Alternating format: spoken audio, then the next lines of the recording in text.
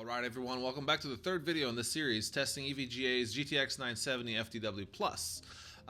If you remember correctly, I got this card, specifically this one, a few weeks ago, and when I ran some tests I wasn't very happy about it. That's the last video that you saw, and so I went ahead and ordered a new one from Newegg. I talked to EVGA and they said that's a good option because you have, I told them that I had Newegg Premier, so I would have free returns. Got a new card.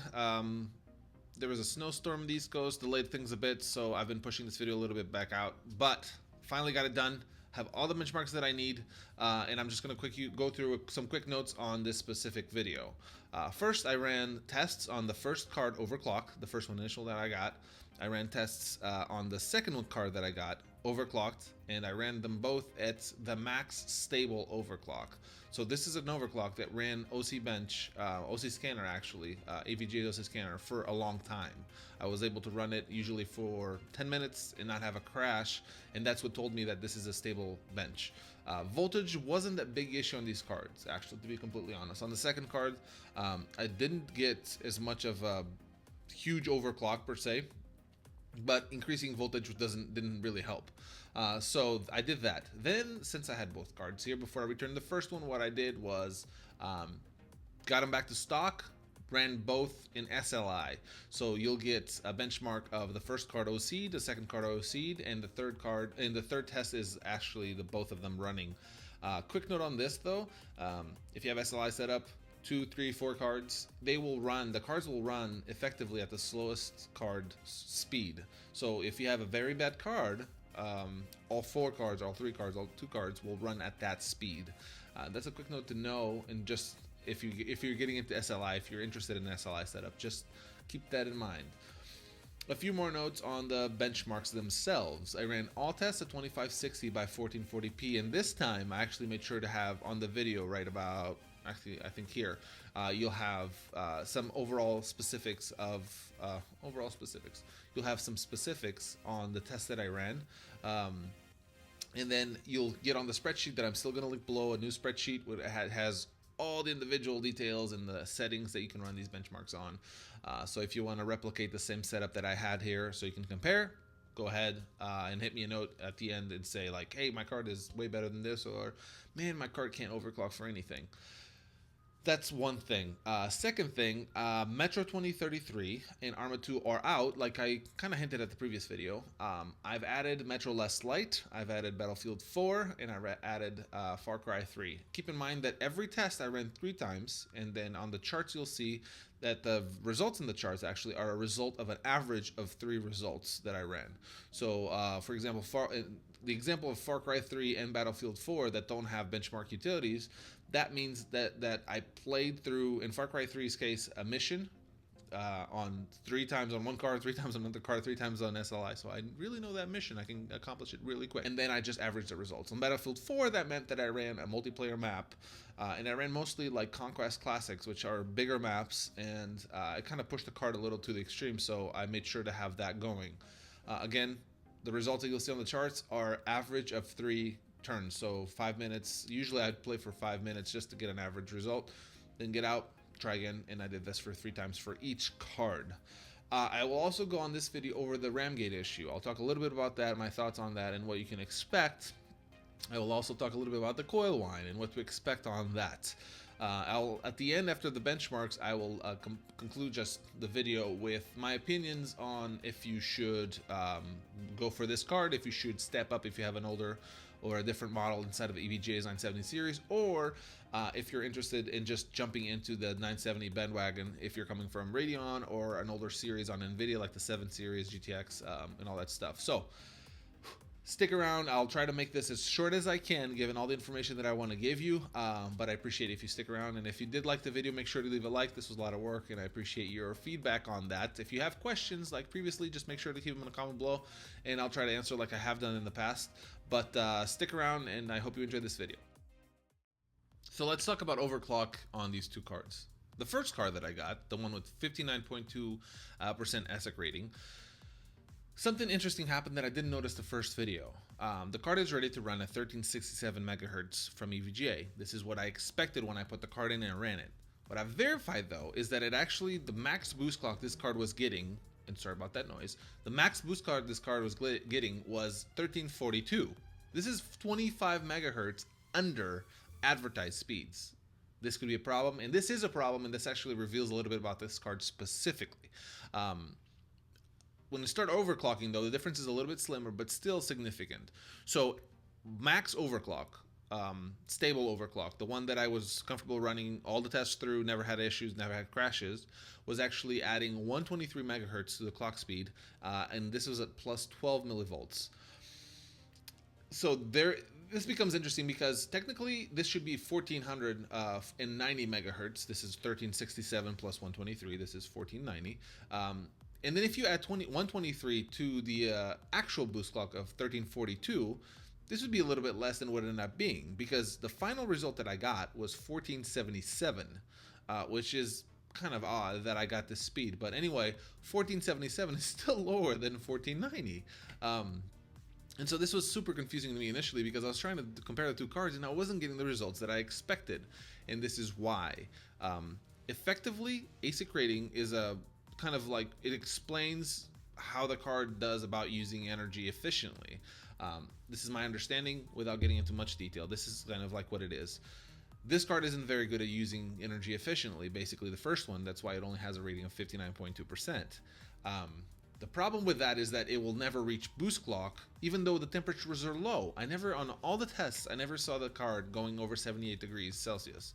And so I honestly don't understand why that's the case, but this is effectively almost like a deficient card. There's something missing on this card. Shouldn't be available for sale, and I expected EVGA to kind of filter these out and put them at lower rated clock rates, because this card actually effectively can't run EVGA's boost clock for FTW Plus. And then things got even more interesting once I hit the second card. Remember, the second card had a 69.2% ASIC rating. When I put it on the system and I ran it at stock speeds, it ran stock speeds. So at stock speeds, it was 1367 boost clock, like EVGA promised, and I had no issues with it, which is a good thing. It got even more interesting once I started overclocking this card. I actually was able to run it at plus 175 megahertz, which got me way into the 1600s clock speeds. Ran through a full test of UniEngine Valley, but then it started crashing, and so I had to tone it kind of back down. Max stable overclock on this card compared to the first one will seem kind of ridiculous, because the first one I got it to plus 123 megahertz. This one I only got it to plus 133, and the first one was at 12 millivolts increase. This one is a 25 millivolt increase. So you think, this is really not worth it. This isn't that great of a card. Wait. When you get into the overclocks on this card, remember that the previous one actually was clocking lower than the rated clock speeds, even with overclocks on. This card anyway got higher speeds. So when I added 133, and if you think about it, like plus 133 from stock speeds, or EVGA stock speeds, 1367 plus 133, it's 1500. The card was actually running at 1538 megahertz. That is almost 40 megahertz higher than the overclock actually was. Temperatures were still the same. I was getting between 76 and 78 Celsius on full load for a long time, and I saw a significant, and you'll see the benchmarks, but I saw a significant increase in performance on some benchmarks in some games. And if you account for the lower performance of the first one plus the 138 here, it's a over 50 megahertz difference that you'll see between the two cards, which for me was mind-blowing. I was not expecting the first one to be undervolted or underclocked based on stock clocks, and I wasn't expecting this, when you start overclocking it, to actually run higher than your expected overclock. And so I don't know what to tell you, but if you have a car that has an ASIC rating of above 80%, I'd love to see what the clocks really are. I'd love to see your boost clocks compared to the expected boost clocks. So even if you have a lower end card, not an EVGA, maybe not even an FTW, or an FTW, but not even maybe an EVGA, if you're running X Precision, which you can run, or even Afterburner, all these things, these are utilities, and if you check that you have your ASIC rating in the high 70s or 80s, I'd like you to run an overclock and then compare the results that you should expect. So basically, if your card is running even a 1300 megahertz on your factory overclock, and you add 100 megahertz, if you have a high ASIC rating, I'd like to see if you're actually running just 100 or actually getting into like 150 megahertz more or something like that. Because I don't know how this works specifically, but apparently these cards are more efficient in use of voltage, and they were able to pull higher clocks beyond my imagination. So I'm really happy about this second card. I know that some of you have better cards than this stuff, but this card really explained a little bit more about how much this matters, both if you overclock and if you don't overclock. A lower rating can actually affect your bang for buck.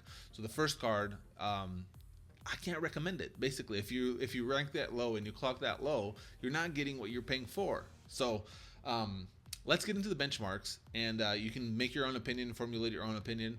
Make sure to have any questions or opinions on the comments down below, and we'll kind of interact there. And I can run some extra tests if you have something that you want me to see do. And I'm sorry for that dog, but let's keep on going. I'll show you the benchmarks, and we can move on from there. All right, so this time I'm going to go a lot faster through these. I have about 20 seconds in every game. You can always pause to take a look at the charts in more detail. And again, you'll have all the results in the spreadsheet that I will link for sure down below in the information section.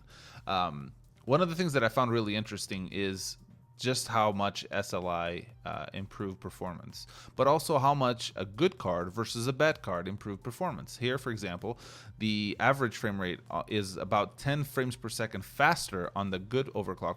And again, they're both overclocked in this case, the single cards, and the SLI was just a marginally improvement. Same thing here with the Grid Autosport, where the SLI did make an improvement, but it wasn't as dramatic. And this is not the case with all the games. There are definitely some games that take advantage of the SLI to an extreme, and you'll see some coming up right now. The next game is BioShock. The max, again, this is all averaged out. I played the same, and in this case, I actually went 2 other rounds through this benchmark, and I was still getting off completely out of the park results for the max frames per second on the SLI setup. But going back to the average, which matters, you're still seeing significant improvements there on the SLI. The same thing happens here with Tomb Raider, and this kind of is the pattern that you'll see where there is a significant improvement in you having a good card that manages a good overclock. This, for example, in some of these cases, you'll see about 10 frames per second improvement. In this case with Metro Last Light, which is an incredibly intensive game, and I'm running here pretty high detail. It's running slightly higher, but again, it's over the 30 margin, which is a key point. If your average is above 30, that makes a whole lot of difference. And again, the minimum there, all over the place. And so this is just the general gist of what's going on between these two cards. And it made me happy about the second card, that I'm getting a significant improvement. In Battlefield 4, for example, the average jumped almost 14 frames per second here, which is pretty significant if you're playing, and it felt smoother. No way around that. Far Cry was one of those games, actually, that the SLI was the one that made the difference. Both the single cards with overclock, without overclock, I almost felt like motion sickness playing the game, because there's a level of jerkiness going on. With the SLI, it was just smooth as butter, and so it was really awesome to see that. Both the Uni-Engine Valley and the 3D Mark that you'll see next, the synthetic benchmarks, you don't see as much of a difference with overclocks, and the SLI setup is not as an improvement as I expected. But again, these are synthetic benchmarks that have and look at different things in the cards. They're great to compare cards between themselves, and like if you have different brands and stuff like that, they have a good baseline, but they aren't the real world results that I was getting with the game. So I hope these results enlighten you and help you make a decision, and I'll keep on going with this video.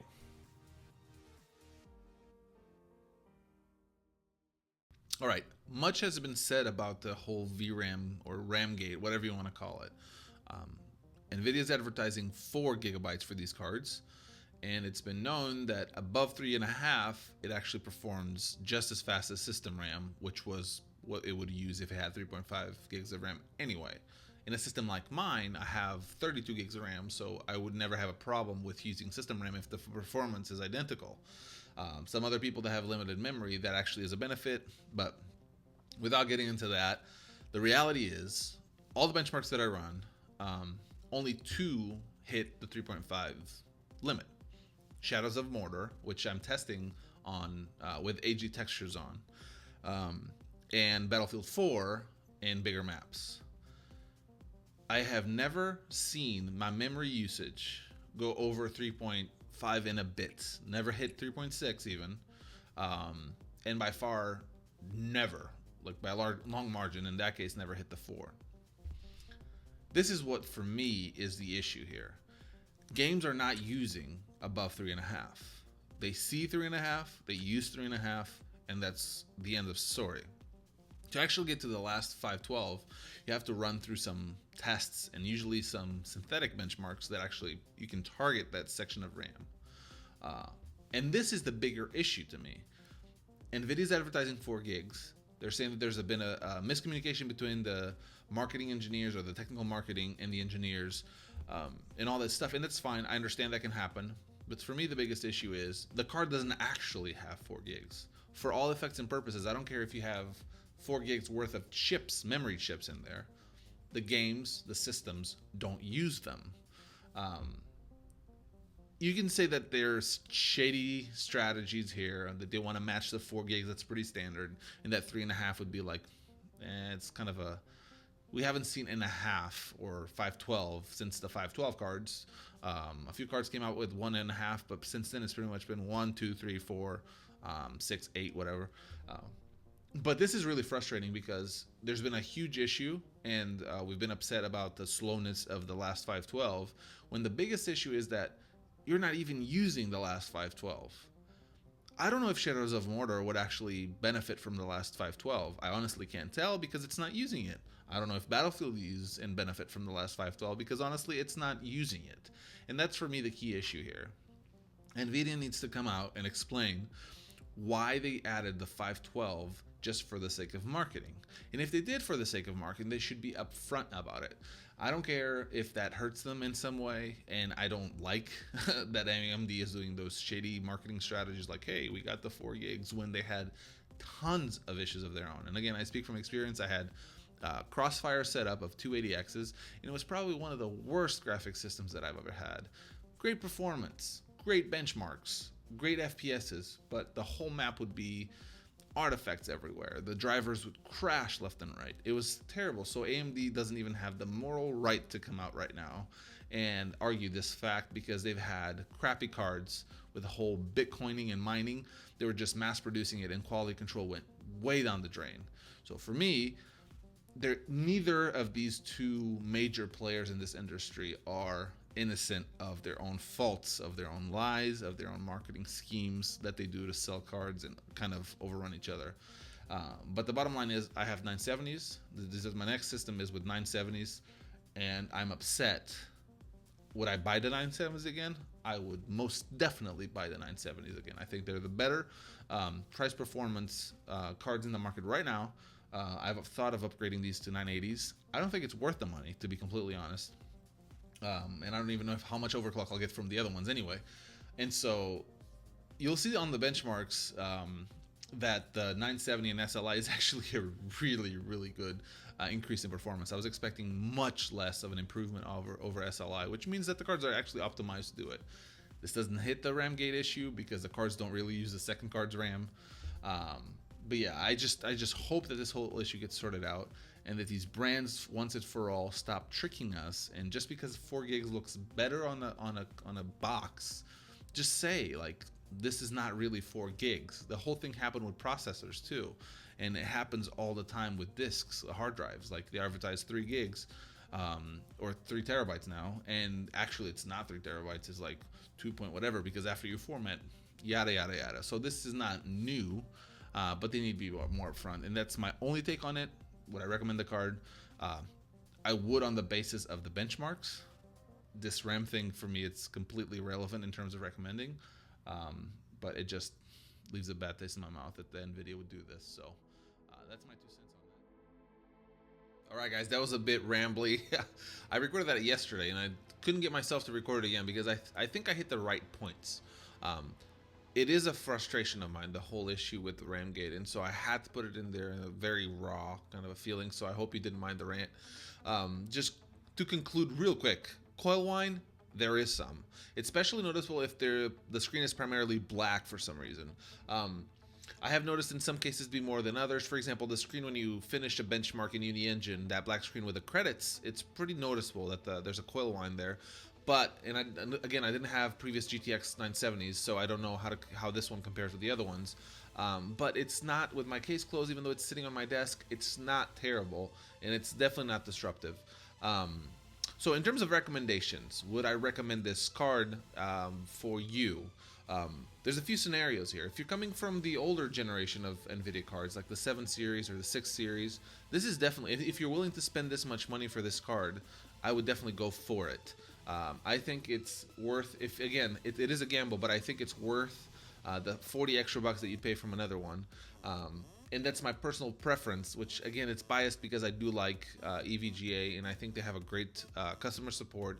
They give you the ability to, in 90 days, do a step up to another card if you really wanted to. So there's a lot of benefits from doing this. And so in comparing this with previous EVGA's offerings on the 970, I think it's actually not too bad. I honestly thought it would have been probably $20 cheaper, so about $20 more expensive than the superclocked or the superclocked, which was in itself $20 more expensive than the pretty much standard cards. So I'm hoping that they lower the price slightly, but if you're stepping up, it might be a good deal. The issue here for me is that if you're stepping up, you're running into a gamble. There's no other way around it.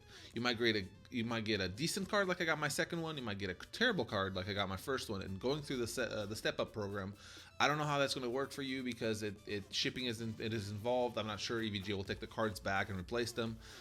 So I would tread carefully if you go that route. Again, if you're coming from an older card like a 7 series or before, even a 780, I think it's pretty comparable. And in some cases, you'll get benefits if you're gaming in 1440p. 780 is less of an issue. 780 Ti even less. If you're running older cards, 770s and older, definitely this is it's worth it. Again, if you're willing to spend this much money, and that's the only question that I have. It's like you should budget.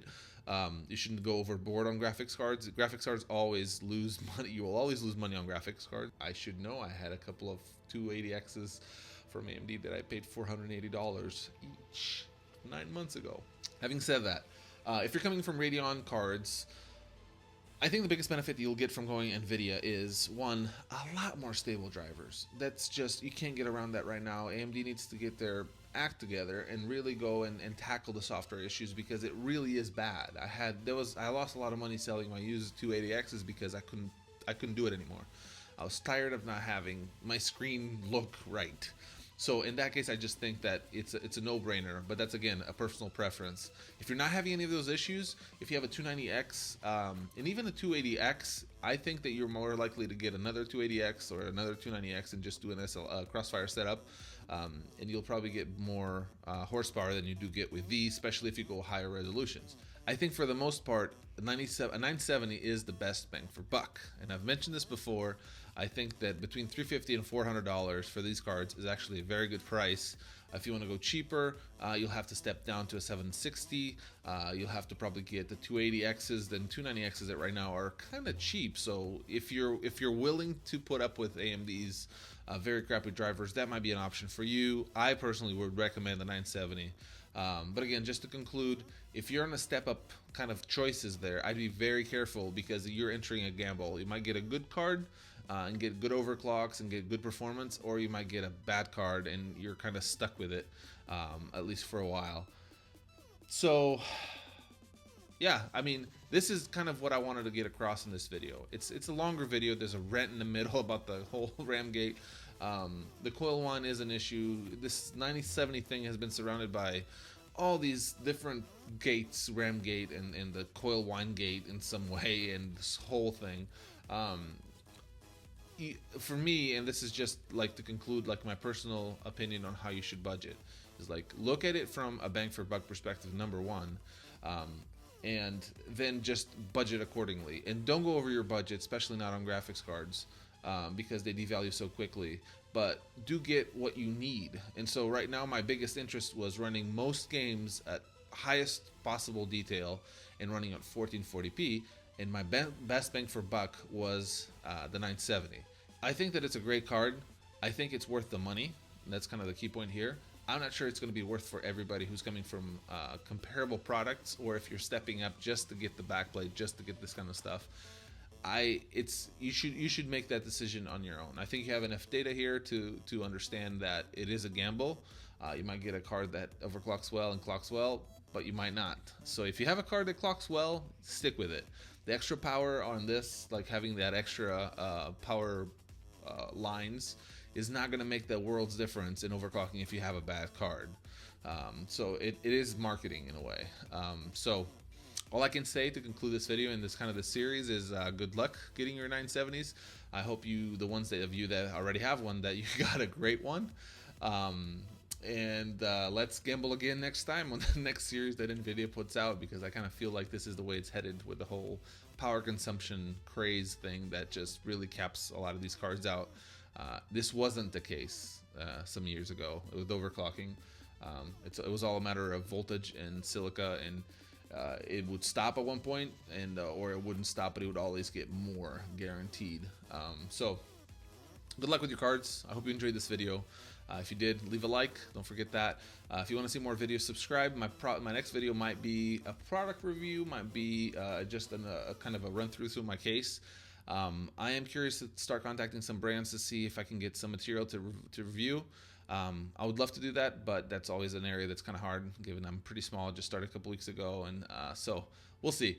Anyway, I'd love to get a like if you like this video, and if you didn't like it, just make sure to leave a dislike as well. But if you do leave a dislike, I'd appreciate it a lot if you leave some feedback on the comments, because I do want to improve these videos. So I hope I can do that and kind of please you next time. So wrap up. Thank you, and have a great day. Bye.